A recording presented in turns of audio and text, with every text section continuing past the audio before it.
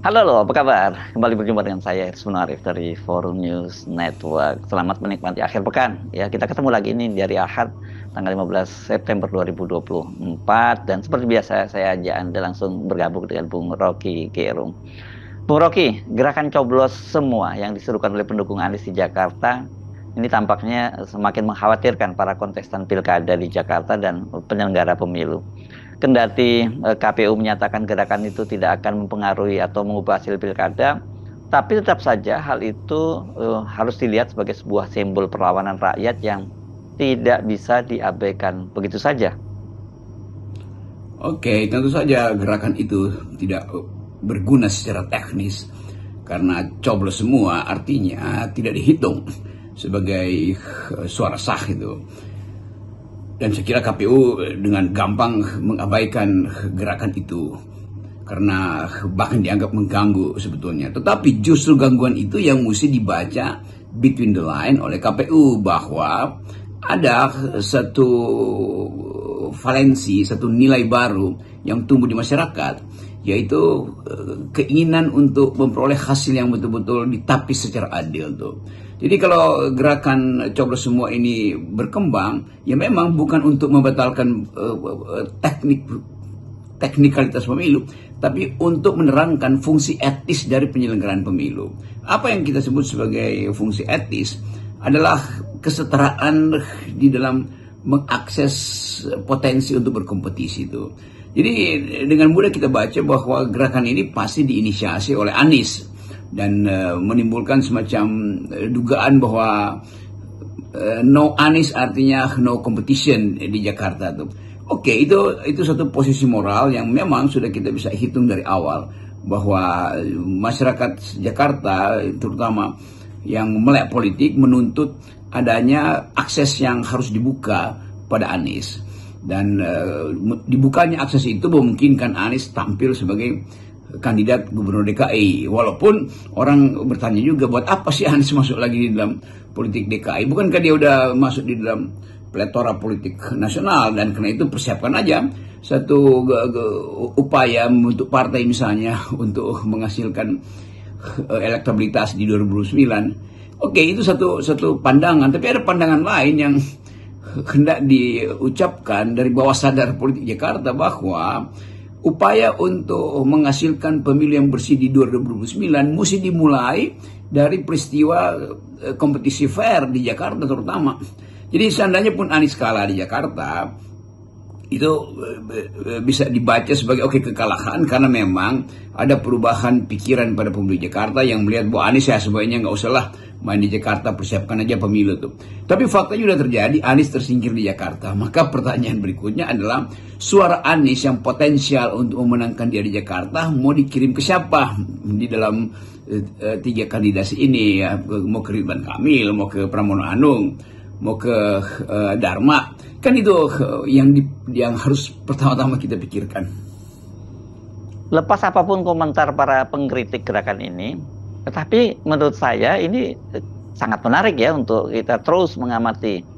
Apalagi kalau mereka nantinya gitu berhasil membuktikan bahwa kertas suara yang rusak itu, kertas suara yang mereka coblos semua itu nantinya melebihi jumlah yang mencoblos tiga kontestan yang ada. Ini kan artinya berkaitan dengan basis legitimasi mereka ya yang akan menjadi sangat lemah. Ya tentu sebetulnya dengan kalkulasi demografi, potensial pemilih Anies itu sangat besar. Dari kalangan mana? Ya kalangan kelas menengah, dari kalangan politik Islam, dan itu semuanya penanda identitas. Kalau semua kekuatan itu kita dalilkan bahwa politik Islam itu di Jakarta itu memihak pada Anies, kaum intelektual memihak pada Anies. Lalu dua karakter itu kita pasangkan untuk menguji misalnya Pramono Anung dan Ridwan Kamil. Apakah masuk di dalam kategori itu? Bahwa Ridwan Kamil dan Pramono Anung juga punya potensi untuk beririsan dengan masa Anies, yaitu kaum intelektual, kelas menengah, dan politik Islam, politik Muslim yang juga sebetulnya bisa beririsan. Nah ini tidak mungkin diuji di dalam kotak suara, karena kotak suara itu pada akhirnya kalau gerakan ini berhasil harus dilihat pada kotak yang berisi suara rusak tadi kan. Jadi sebetulnya di situ trikinya tuh, kalau KPU bilang ya secara teknis nggak akan dihitung, iya, tapi secara etis itu betul signifikan. Apalagi kalau misalnya dia melampaui dua yang kosong ini, kotak yang rusak berisi suara rusak ini, melampaui suara dari 3 kandidat ini, kan itu ada persoalan legitimasi sebetulnya. Jadi memang ini mesti dijawab dengan hati-hati itu. Sebab kalau KPU hanya sekedar mendasarkan ya ini suara tidak dihitung, oh iya itu kalkulasi teknis, tapi kalkulasi etis bagaimana kalau ada gerakan tambahan setelah pemilu bahwa oke, karena suara yang rusak itu melampaui suara yang sah, itu artinya harus ada sesuatu untuk dibongkar kembali. Apakah bawah sadar politik Jakarta itu memang menghendaki pemilu diulang dengan memaksakan supaya tidak boleh ada diskriminasi, berarti kapasitas KPU harus dibesarkan, bukan sekedar kapasitas teknis penyelenggara pemilu yang menghitung-hitung suara, tapi juga untuk membaca kemauan publik yang kadangkala hanya bisa diuraikan kalau kita masuk pada kesadaran bahwa publik menginginkan kompetisi fair. Itu dasarnya kan. Jadi kemampuan-kemampuan ini yang harusnya kita dalilkan dari awal, bahwa KPU itu dari awal harusnya juga memahami kondisi-kondisi psikososial, bahkan asumsi-asumsi filosofis yang ada di balik penyelenggaraan pemilu di Jakarta khususnya tuh, dan mungkin juga berlaku di tempat yang lain. Selain gerakan etis, tetap saja kita harus melihatnya ini sebuah gerakan perlawanan terhadap rezim Jokowi. Dengan logika berpikir seperti itu, apakah mungkin terjadi misalnya ya, katakanlah para pendukung gerakan ini akhirnya mengalihkan dukungan kepada Pramono Rano melawan Ridwan Kamil Suswono yang dinilai sebagai proksi dari Jokowi?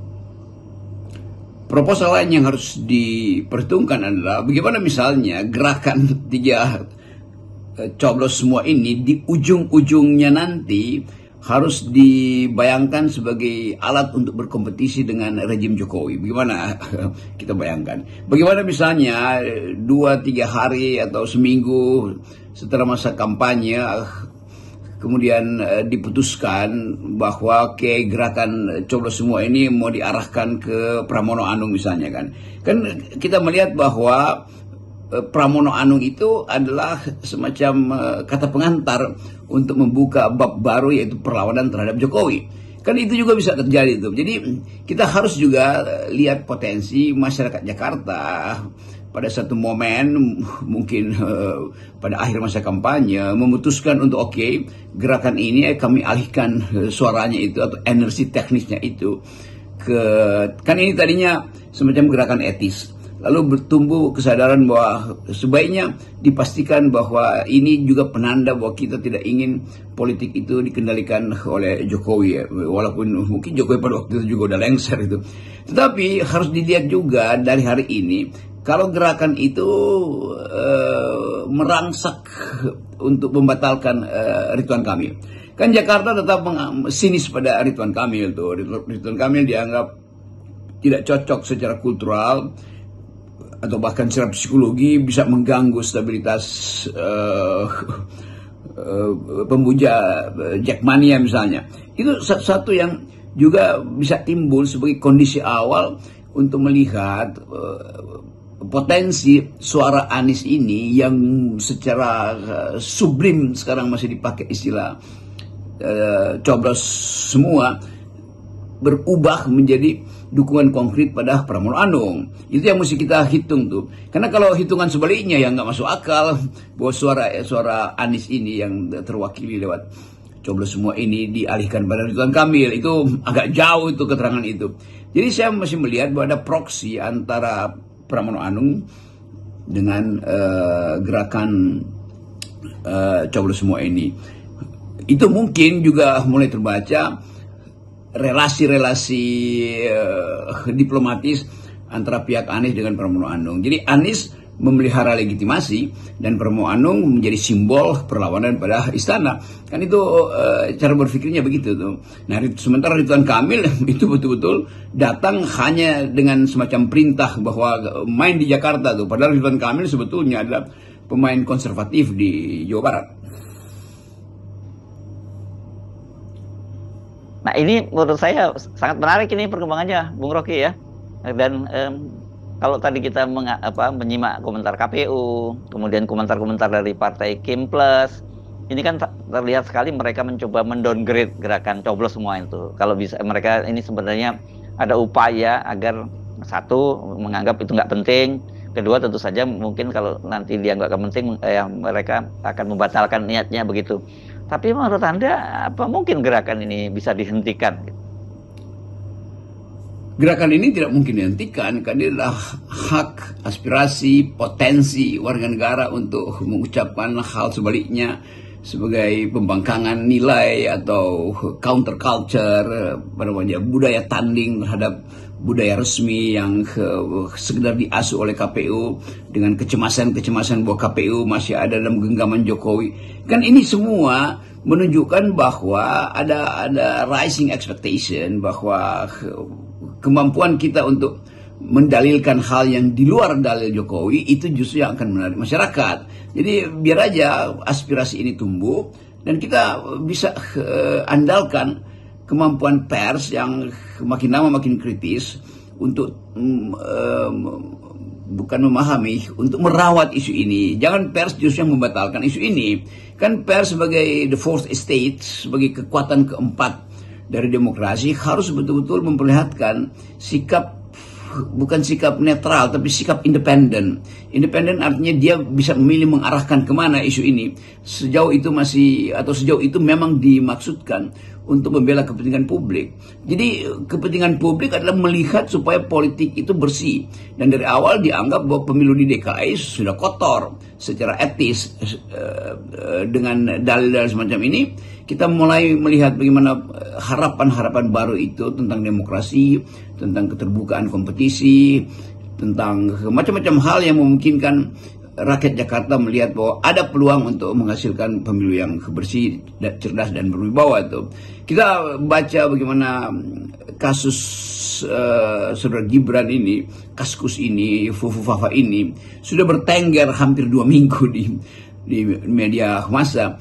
Itu semata-mata karena kuriositas pers untuk mengulik-ngulik apa sebetulnya yang ada di balik kasus Gibran ini kan. Dan sampai sekarang kita lihat bahwa kasus ini masih akan tumbuh dan dia akan paralel dengan frustrasi publik melihat keadaan ekonomi yang makin lama makin memburuk, di mana-mana mereka bertemu dengan tagihan pajak yang naik terus. Publik Jakarta juga melihat pemburukan perawatan kota ini.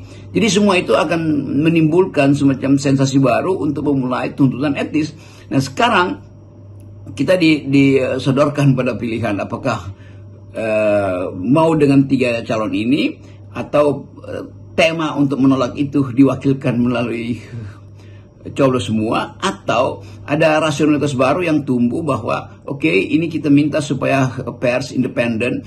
Independensi pers artinya tunjukkan pada kita nih suara kita mau diarahkan ke siapa tuh. Diarahkan ke 3 kandidat yang ada di sini di Jakarta, mau diarahkan ke Anies, ke Dharma, atau ke Ridwan Kamil. Jadi sebetulnya publik Jakarta juga sedang menunggu semacam instruksi etis dari pers, dan FNN bagian dari upaya untuk memberi instruksi etis itu nanti pada saatnya. Nah, kira-kira gitu rahasia independensi FNN. Tetap salam akal sehat. Salam akal sehat.